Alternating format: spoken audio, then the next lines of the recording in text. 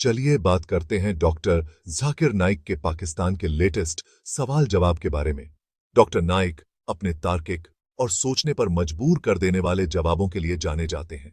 वो अक्सर अपनी बात साबित करने के लिए अलग अलग धर्मों की किताबों का हवाला देते हैं। इंडियन मीडिया हाउसेस जैसे जी न्यूज और टाइम्स नाउ को ये बातें पसंद नहीं आईं। मीडिया चैनलों को दर्शक चाहिए होते हैं और विवादित या भड़काऊ बातें अक्सर टीआरपी बढ़ा देती हैं कि कभी-कभी सबसे शांतिपूर्ण और एकता वाले संदेश भी सनसनीखेज चीजों के शोर में खो जाते हैं। रुकिए, क्योंकि हम इस जवाब और मीडिया के रिएक्शन की परतें खोलने वाले हैं। जाकिर नायक गीता के 2 श्लोक सुनकर सन्नाटे में चला गया। जाकिर नायक की मूर्ति एक हिंदू प्रोफेसर ने बंद की। कमाल की बात यह है कि पाकिस्तान की कराची में यह सब हुआ और जाकिर नायक कसमसा कर रह गए, छटपटा कर रह गए। आपने जो पाठ जाकिर नायक को पढ़ाया, जाकिर नायक ने वो बात समझी, रिएक्शन क्या था जाकिर नायक का? देखिए, मैंने जो सवाल उनसे किया उनका उन्होंने जवाब, प्रश्न का जवाब होता है, उत्तर होता है, उत्तर नहीं दिया उन्होंने। मैंने उनसे कहा कि आपने हजारों लाखों लोग मुस्लिम किए होंगे, अच्छी बात है, धर्म का प्रचार करना चाहिए, मुबल्लिग है वो और रिलीजियस स्कॉलर हैं, तो ठीक है, दावत देते हैं। लेकिन यहाँ पर प्रॉब्लम यह है कि कई मुल्क ऐसे हैं हमारे मेडिटेरियन कंट्री में, ईस्ट में, हमारे वेस्ट में, जो आतंक फैलाते हैं, जो शर पसंद अनासिर है उसके अंदर, और वो जो आतंक फैलाते हैं तो लोगों का कत्लेआम हो रहा है। तो वो जो कत्लेआम हो रहा है वो बंद कैसे होगा? ये जो वारदातें हो रही है कम कैसे होगी? तो मैंने स्ट्रेटेजी उनसे पूछी कि आपके पास इसके लिए कोई स्ट्रेटेजी है? तो मैंने डॉक्टर जाकिर नाइक से बड़ा अच्छा, बड़ा छोटा सा सवाल किया। एक सवाल की परमिशन थी और वो मैंने सवाल किया कि ये दुनिया में जो आतंक फैलता जा रहा है उस पर कुछ करेंगे आप, और करेंगे तो किस तरह करेंगे, आपकी स्ट्रेटेजी क्या होगी? उस पर उन्होंने जवाब नहीं दिया। आज मैं आपको मनोज चौहान और डॉक्टर जाकिर नाइक के बीच एक दिलचस्प बातचीत में ले जाना चाहता हूं। इस मुलाकात ने जी न्यूज और टाइम्स नाउ जैसे मीडिया चैनलों का ध्यान खींचा है। हमें भारत में धर्म पर होने वाली चर्चाओं को थोड़ा व्यापक तरीके से देखना होगा। डॉक्टर नाइक अपने तार्किक और सोचने पर मजबूर कर देने वाले जवाबों के लिए जाने जाते हैं। वो अक्सर अपनी बात साबित करने के लिए अलग अलग धर्मों की किताबों का हवाला देते हैं। उनका मकसद लोगों को उनके धर्म के मूल तत्व की तरफ वापस लाना। लेकिन लगता है कि जी न्यूज एंड टाइम्स नाउ जैसे मीडिया चैनलों को उनका यह तरीका पसंद नहीं आया। कि मेरा जो सवाल है वो हमारी इस वर्ष से है, इस श्लोक से है कि पूरी दुनिया में, यहाँ तक कि मेडिटेरियन कंट्रीज में भी मज़हब के नाम पर लोगों को मारा जा रहा है और उसमें उस मज़हब का जो मुल्क है वो भी बदनाम होता जा रहा है, बीच में मज़हब रखा जाता है। तो मेरा सवाल ये है कि ये जो इंडिया है, भारत है, पाकिस्तान है और दुनिया में कई ऐसे कंट्रीज़ हैं जो मज़हब के नाम पर फ़िरका वारियत फैलाते हैं, तो उसको रोकने के लिए हमें जो स्ट्रेटेजी बनानी पड़ेगी उसके लिए हम क्या करेंगे? ये मेरा छोटा सा सवाल आपसे। और मैं मेरा नाम बताना भूल गया, मुझे बताया कोऑर्डिनेटर ने कि मेरा नाम प्रोफेसर मनोज चौहान है। मैं पाकिस्तान का मजहबी स्कॉलर हूँ और सीनियर एजुकेशनिस्ट, गोल्ड मेडलिस्ट हूँ और सनातन धर्म का एक दाई हूँ। भाई साहब ने बहुत एक अहम सवाल पूछा कि हम देखते हैं कि मज़हब के नाम पे काफ़ी आपस में झगड़े होते हैं, एक दूसरे का कत्ल होता है, इसका सल्यूशन क्या है? और मेरे तकरीर ख़त्म होने के बाद मुझे एक पैगाम आया हमारे गवर्नर साहब से और मुफ्ती अब्दुल रशीद साहब से कि आप कुछ चंद चीज़ कहो तकाबुल अदयान की, जो कंपैरेटिव रिलीजन में स्पेशलिटी है। तो भाई साहब ने जो सवाल किया वही चाहते थे हमारे मेज़बान, हमारे गवर्नर साहब और मुफ्ती अब्दुल रशीद। तो जो भाई साहब ने सवाल किया कि इसका हल क्या है कि आपस में लोग झगड़ा करते हैं, तो मेरे नज़दीक कुरान मजीद की एक आयत है जिसे मैं कहता हूँ मास्टर की फदावा, सूरह अल इमरान की सूरह नंबर 3 आयत नंबर 64 में अल्लाह ताला फरमाते, कुल या अहले किताब, ए अहले किताब यहूद नसारा, तालो इला कलिमतिन सवाइम बैनना व बैनकुम, आओ हम उस बात की तरफ जो आप और हम में यकसा है।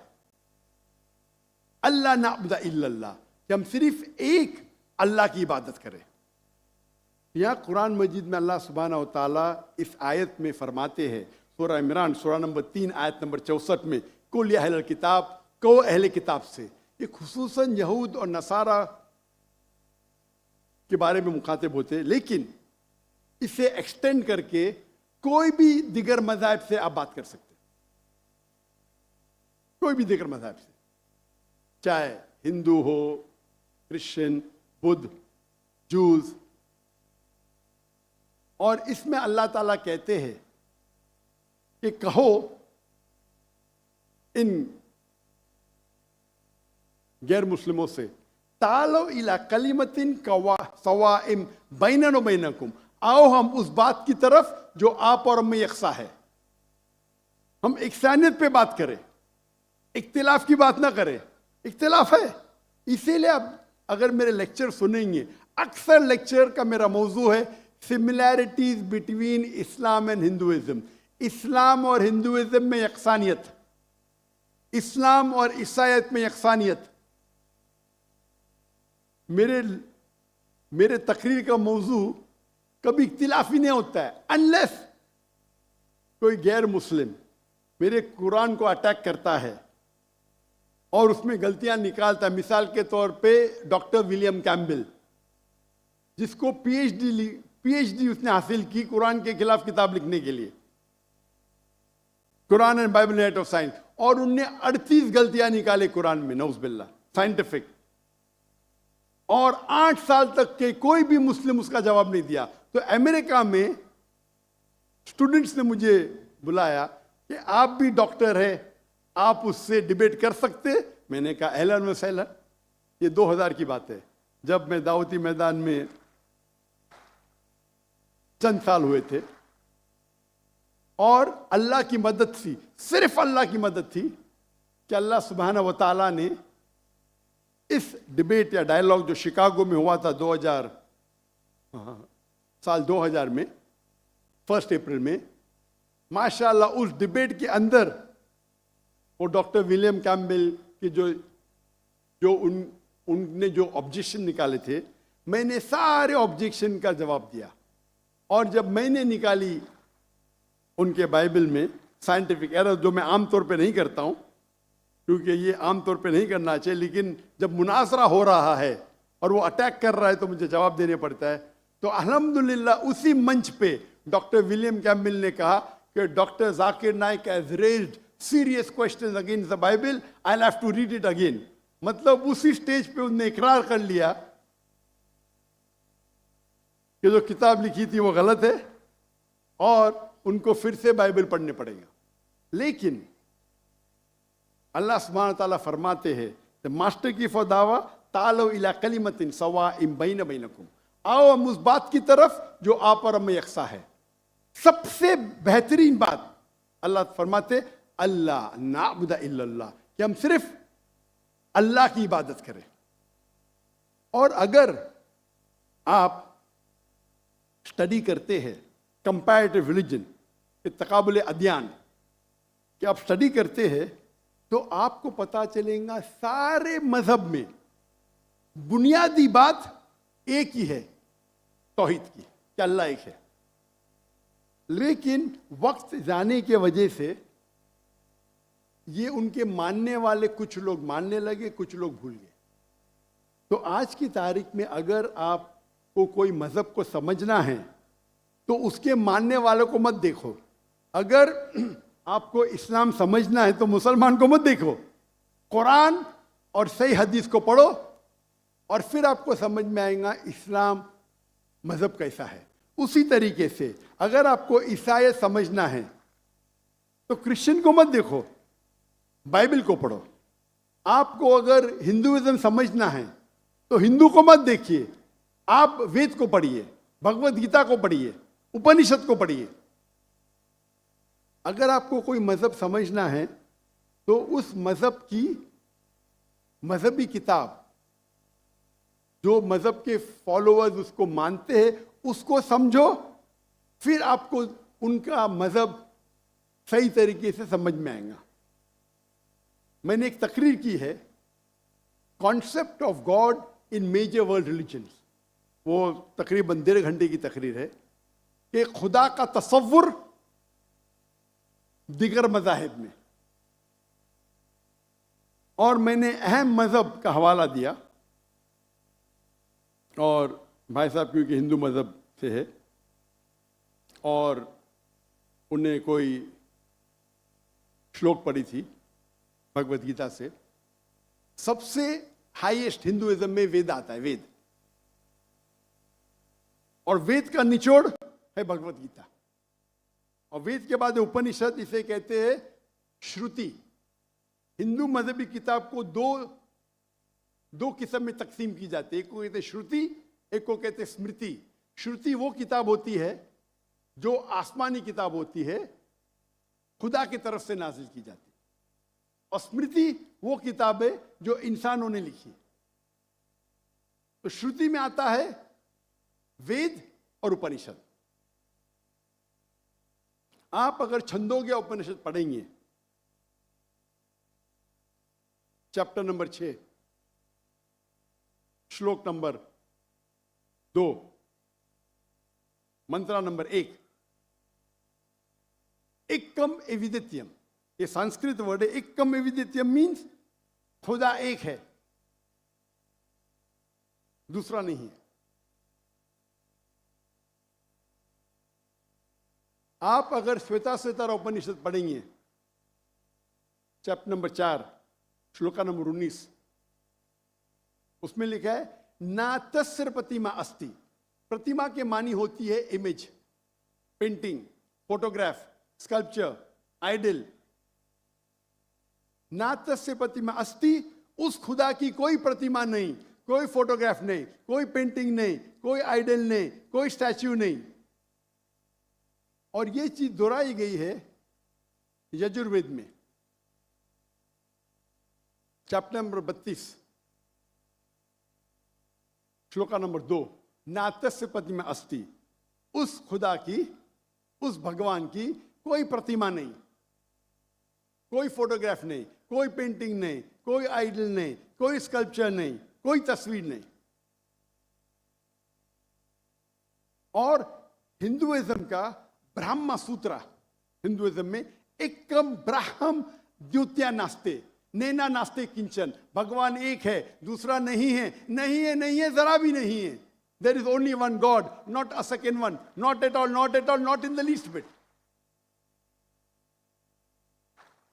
तो अगर आप हिंदू की मजहबी किताब पढ़ेंगे, चाहे वेद हो, चाहे उपनिषद हो, उसमें लिखा हुआ है कि भगवान एक ही है, उसका कोई अक्स नहीं।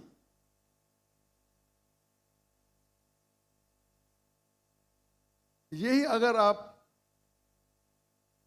पढ़ेंगे यहूदी की किताब तोरा में या ओल्ड टेस्टामेंट में, उसमें लिखा है book of Deuteronomy, chapter number 6, verse number 14। मूसा अलैहिस्सलाम कहते शमा इज़राइलो अदनहैन अदनखद, ये हिब्रू कोटेशन है जिसमें कहा गया योरो Israel the Lord our God is one. O Israel सुनो कि हमारा खुदा एक खुदा है। लिखा है बुक ऑफ आइजाया में, chapter number 42, verse number 11, I even I am god and besides me there is no other saviour. मैं खुदा हूं और मेरे अलावा कोई भी बचाने वाला नहीं है। अगर आप पढ़ेंगे बुक ऑफ ड्यूटोनॉमी,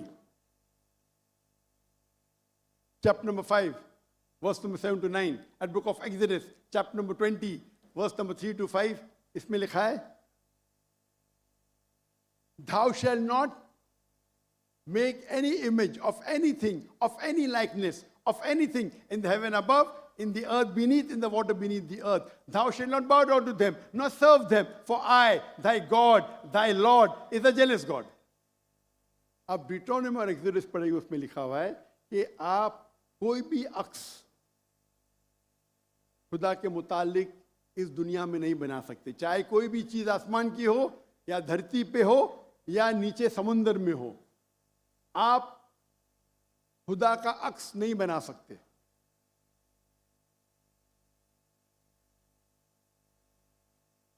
इसी तरीके से अगर आप मेरी पूरी तकरीर सुनेंगे और आप अगर गुरु ग्रंथ साहिब पढ़ेंगे, जो हमारे सिख भाई मौजूद है अंदर, उनने ग्रंथ पढ़ी और जो ग्रंथ पढ़ी उनने लेक्चर में आने के पहले अक्सर वो तौहीद का जिक्र कर रहे थे। सिख मजहब है, उनकी मजहबी किताब है गुरु ग्रंथ साहिब, जो गुरु नानक ने लिखी थी। और उसके पहले चैप्टर, पहले किताब नंबर 1, चैप्टर नंबर 1, वर्स नंबर 1 में लिखा हुआ है कि खुदा एक है, वो खालिक है, उसकी पैदाइश नहीं है, उसका अंत नहीं है, वो दयालु है। आप देखेंगे जो इस्लाम में लिखा उसके बाद में कहूंगा मैं। और सिखिज्म में एक वो कहते खुदा जो मैनिफेस्ट फॉर्म में है और एक अनमैनिफेस्ट फॉर्म में है। अनमैनिफेस्ट फॉर्म में कहते हैं एक ओमकारा और मैनिफेस्ट फॉर्म में कहते हैं ओमकारा। और अगर आप गुरु ग्रंथ में पढ़ेंगे, उसको जो एट्रीब्यूट दिए गए या एट्रीब्यूट्स जो अल्लाह के नाम दिए गए, उसमें सतनामा, द होली नेम, उसे कहा गया परवरदिगार, और उसके मानी परवरदिगार है उर्दू में भी, द चेरिशर, द सस्टेनर। उसे कहा गया है खालिक, जो अरबी में भी खालिक है। तो कई मानी अरबी और उर्दू के लफ्ज है। इसमें कहा गया है वाहिद गुरु, एक खुदा। और आप अगर तहकीक करेंगे, तहकीक करना आज की तारीख में बहुत आसान है। आप पूछ सकते शेख गूगल को, शेख गूगल मतलब टाइप करो आपको मिल जाएगा। अभी आ गया शेख AI, आर्टिफिशियल इंटेलिजेंस। वक्त की किल्लत होने की वजह से आप अगर मेरी तकरीर सुनेंगे, इसी तरीके से अल्लाह का अगर आप पूछेंगे कोई मुसलमान से कि अल्लाह कौन है, सबसे बेहतरीन जवाब वो दे सकता है सूरह इखलास, सूरा नंबर 112, आयत नंबर 1 से 4। कुल हुवल्लाहु अहद, कहो कि अल्लाह एक है। अल्लाहु समद, अल्लाह द एब्सोल्यूट इटर्नल, लम यलिद वलम यूलद, he begets not, not is he begotten, ना वो जनता है ना किसी से जना है। वलम यकुल लहु कुफुवन अहद, उसके जैसा इस दुनिया में कोई भी नहीं है। ये 4 लाइन का डेफिनेशन है अल्लाह सुब्हानहू व तआला के लिए। अगर कोई भी शख्स कहता है कि वो जिसकी इबादत करता है वो 4 लाइन के डेफिनेशन सूरह इखलास के डेफिनेशन में उतरता है, तो हमें कोई हर्ज नहीं उसे कहने के लिए कि वो अल्लाह है। तो इसीलिए मैं कहता हूं कि जो भी भगवान की आप इबादत करते हैं, जो भी ईश्वर की आप इबादत करते हैं, ये सूरह इखलास is the touchstone of theology, litmus test जानने के लिए कि वो खुदा सही है क्या नहीं। आप जिसकी भी इबादत करते हैं उसे सूरह इखलास के ये 4 आयतों के मयार पे टेस्ट कीजिए। अगर वो इस 4 आयतों के मयार पे उतरता है, हमें कोई हर्ज नहीं उसे कहने में कि वो अल्लाह है। ये पूरी तकरीर मेरी लंबी है, तो भाई साहब का जो सवाल है किस तरीके से हम इस नफरत को निकाल सके, वो है तालो इला कलिमतिन सवाइम बैना बैनकुम, आओ हम उस बात की तरफ जो आप और हम में यकसा है। और मैं एक स्टेप आगे जाता हूं। इस आयत को मैं मुसलमानों पे भी इस्तेमाल करता हूं। हम मुसलमान भी अलग फिरके में बटे हुए, तो मैं कहता हूं तालो इला कलिमतिन सवाइम बैना बैनकुम, आओ हम उस बात की तरफ जो आप और हम में यकसा है। अफसोस की बात है कि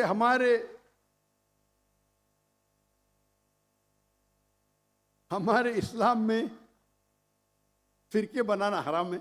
अल्लाह ताला फरमाते सूरह इमरान में सूरा नंबर 3 आयत नंबर 103 में, वातसिमु बिहब्लिल्लाहि जमीअन वला तफरकू, आओ हम अल्लाह की रस्सी को मजबूती से पकड़े और आपस में ना बटे।